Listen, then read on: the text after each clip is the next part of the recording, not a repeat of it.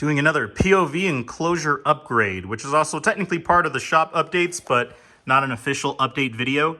So this is the black-headed python. So her cage needed to be cleaned out and renovated a little bit.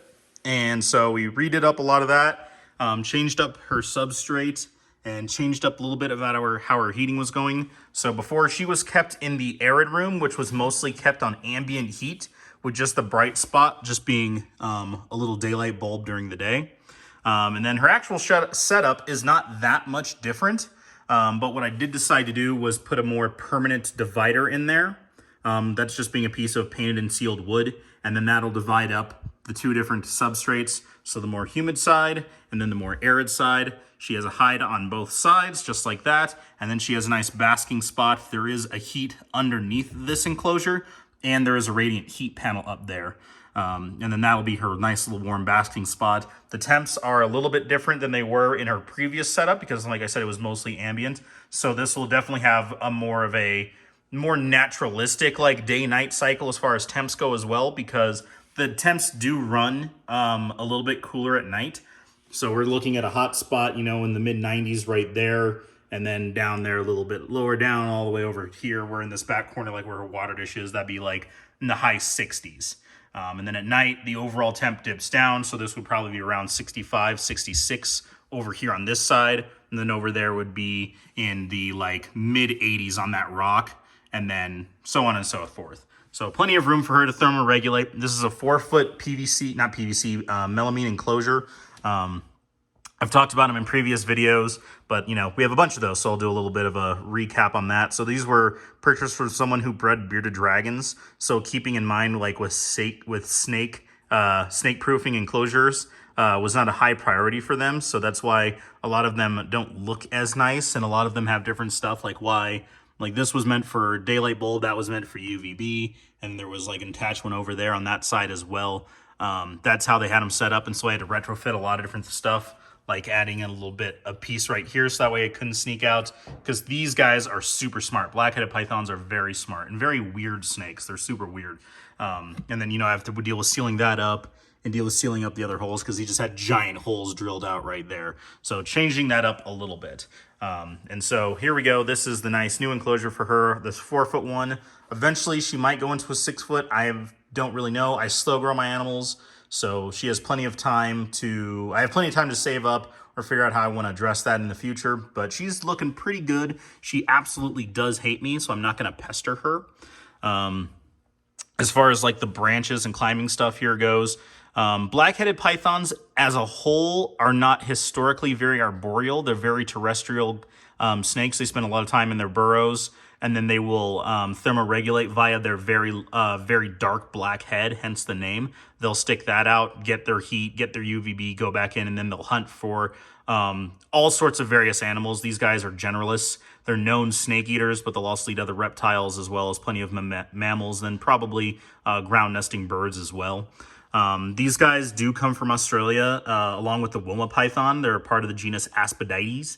They're the weirdest little snakes ever. They don't have traditional heat pits like other pythons do, which is generally what classifies like a constricting snake as a python.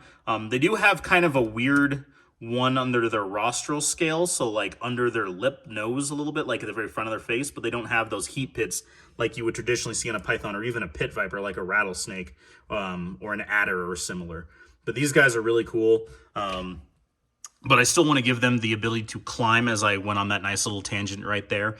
So I'll give this, and even after watching her move around in this enclosure for the last year and a half, she didn't really do a whole lot of climbing either. Mostly spent a lot of her time. She would climb up on top of this hide, and she would kind of check stuff out a lot. But most of her time was spent usually on the warmer side of her cage on one of the two basking rocks, or under a hide is where she spent most of her time. But I'm still always going to provide the opportunity to let them climb a little bit. So we have some cholla wood, which is that dried and clean cactus, and just another little branch right here, just to give them a little bit of something. And then the choice whether see, there she go. I made the patent, so she didn't really like that. So I want to give that way. She'll have the choice between the cool and the warm side.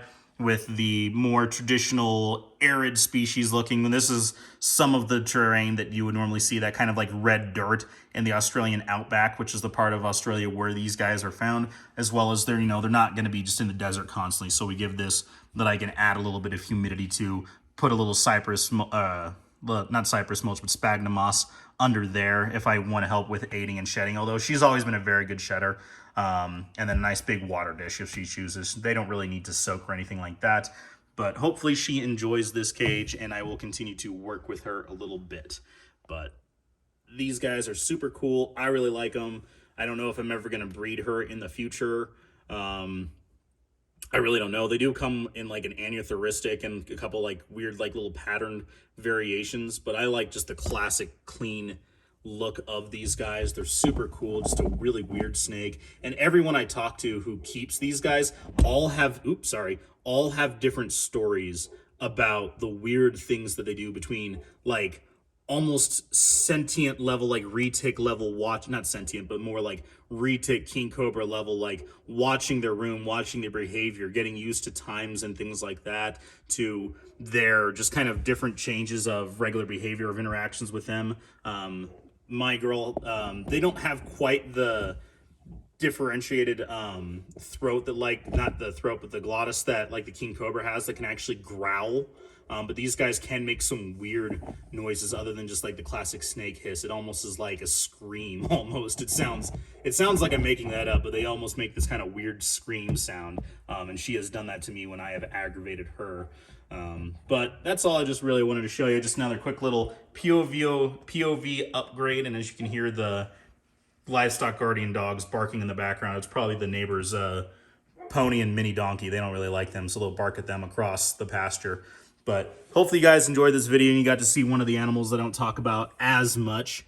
She's just going to spend the next, because I just put her in here before we started this, so she's going to spend the next probably day or so just checking everything out and clearing things. And yes, that radiant heat panel is hooked up to a thermostat. Whenever you're dealing with radiant heat panels or flex water heat tape, you always want to make sure you have that connected to a thermostat, so that way they don't risk the chance of burning themselves. And that is a low wattage bulb, so that way I don't run the risk of her burning herself.